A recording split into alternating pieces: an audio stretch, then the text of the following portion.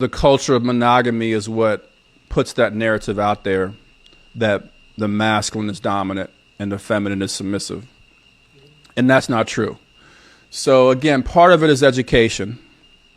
Part of it is women learning that, you can be feminine and dominant, or you can be feminine and neutral, or you can be feminine and submissive.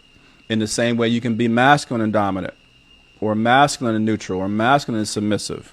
So dominance and submissiveness, they don't align with masculinity or femininity automatically. They span both of those particular, what we call gender energies.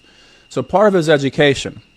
And that's a big issue in relationships where, men go into the relationship assuming they're supposed to be dominant and that they have this leadership capability, and they don't. And that impacts the relationship in a negative way. And women do the same thing. They go into it assuming they're supposed to be submissive, and they're not really submissive by nature. And, they have a hard time being submissive, and that affects the relationship in a negative way. And so it's important for people to understand their individual personalities. Like, as a man in a relationship, you need to look at yourself and say, okay, do I have dominant tendencies? Do I even have masculine tendencies? A lot of men don't even have masculine tendencies. They might have, androgynous tendencies or feminine tendencies and those types of things. And the issue with monogamous culture with the masculine being considered superior is that, men will resist, utilizing their feminine energy in life and in relationships. And they'll resist utilizing their androgynous energy. But, we're all masculine, androgynous, and feminine. We are all dominant, neutral, and submissive. We have all these qualities to our makeup as human beings. And so, monogamous culture kind of makes men feel shame about being feminine.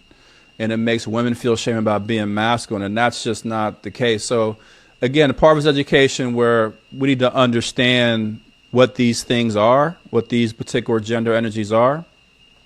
And we need to learn, who we are within those particular energies, like how we normally express, so that we can feel confident in our authentic expression. Again, this goes back to the authentic expression conversation we had, which was, if you're a woman and you're naturally dominant, let's say you're feminine and you're dominant, then you need to embrace that.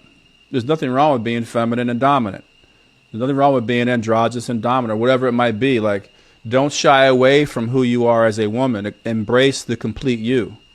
And so we need to learn to do that. And men, the same thing with men. Men, if you have feminine energy, you have submissive energy, whatever it might be, you need to learn to embrace that.